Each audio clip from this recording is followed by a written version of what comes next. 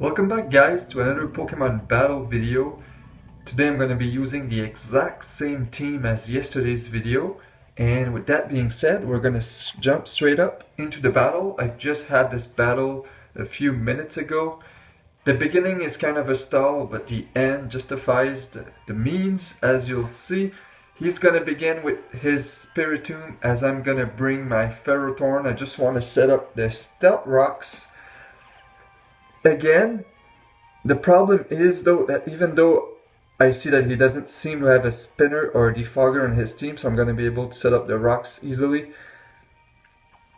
He's going to burn my Ferrothorn, and there's nothing I can do here to this Spiritomb. Knowing that, I should have probably switched right away because he's going to use Infestation, and I wasn't aware that move had a secondary effect, which is that I cannot escape this battle. So basically, he can stall my Ferrothorn and slowly put him to death because of the burn damage. So this is gonna take a few turns, unfortunately. There's nothing I can do but die here because I cannot switch like I've just mentioned, and every single move that I'll do to this Spiritomb will not do anything because not only does this Ferrothorn does not have that much of an attack stat, it's also burned right now, so it's not going to do anything. I think I'm going to be able to pull off a few Gyro Balls, and as you'll see, they're going to do about 2 or 5 HP. He's actually hurting himself more when he's hitting me than when I'm hitting him, so it's pretty ridiculous the amount of damage I'm doing to him right now. Like, you don't even see the bar go down, so that's a bit unfortunate.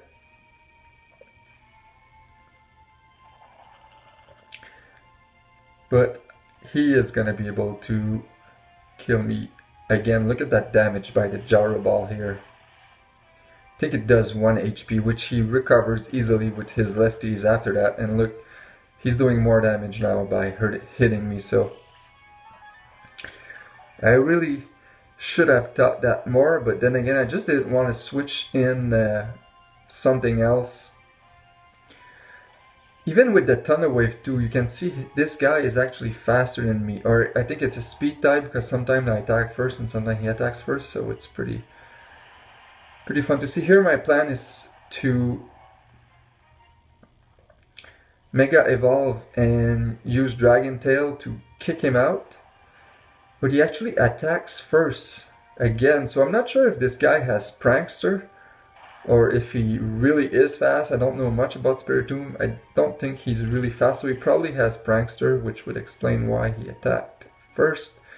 And this is the thing that's gonna come out. It's a Goodra, so I thought I was in a pretty solid position here, so I could go for a safe Toxic. But he actually has the Power Whip, which will be a 3-hit KO, maybe 2 after the burn damage.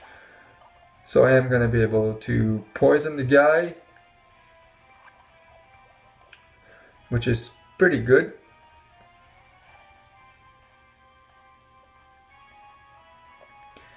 And here's going to use another power, which I'm going to survive, and I'm going to take this opportunity to Dragon Tail the Goodra out.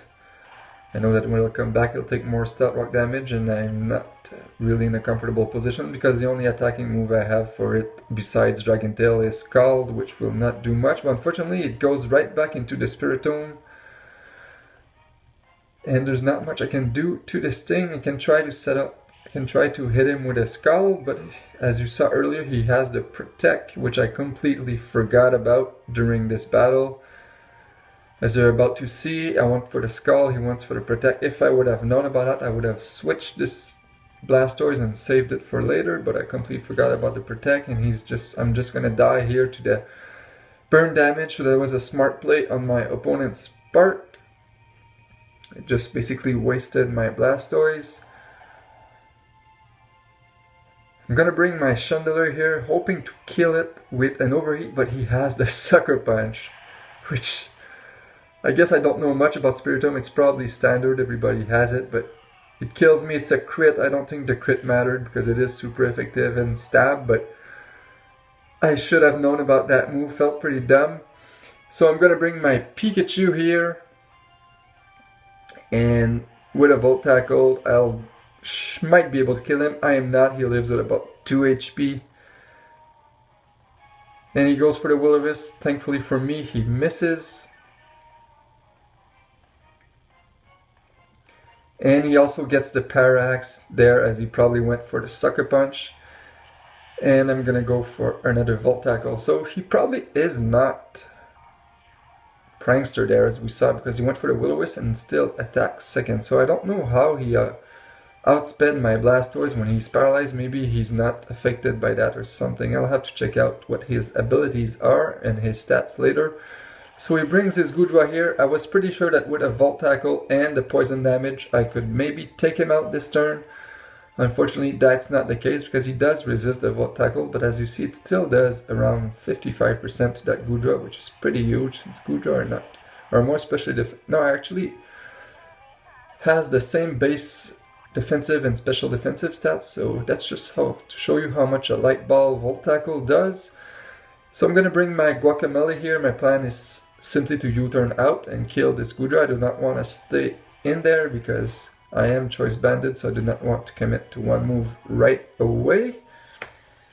So the only Pokemon I have left is my Hitmonlee, and he still has 4 Pokemon of his own, so I'm in a pretty bad position right now.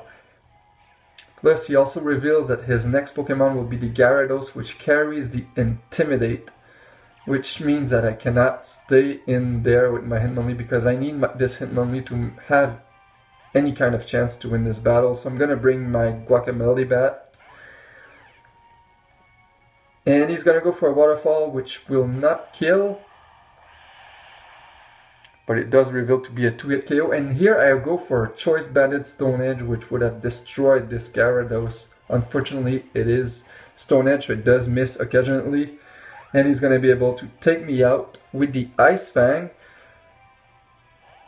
But here I bring my Hitmonlee, I use the Fake Out, get my normal gem boost, and activate my Unburden ability, which means I'm going to be able to outspeed his entire team. If I would have him, I would have probably switched out right here. I know that he would have taken more Stealth Rock damage, but he would have been able to pull off an Intimidate, which would have been crucial in my book. He does not, however, and I'm able to take him out with a Stone Edge. And here the Stealth Rocks are really important because they prevent this, it's not Throw, but it's the other one, from activating his Sturdy. Because he's had a few HP out because of the Stealth Rocks, I can one-hit kill him.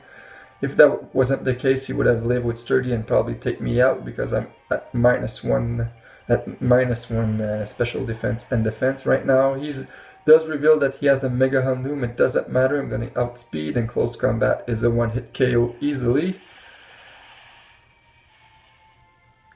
And so far, it's looking like Hitmonlee might be able to make the comeback and get myself a nice Hitmonlee sweep. He reveals that his last Pokemon is the Accelerator. And here I was really debating whether I should go for a Stone Edge, but I went for the safe close combat, and actually, even though it's resisted, it kills him. So that's gonna get me the game. That was an amazing battle, Jack. Really had a lot of fun with that one. I hope you guys enjoyed this video, and I'll see you in the next one.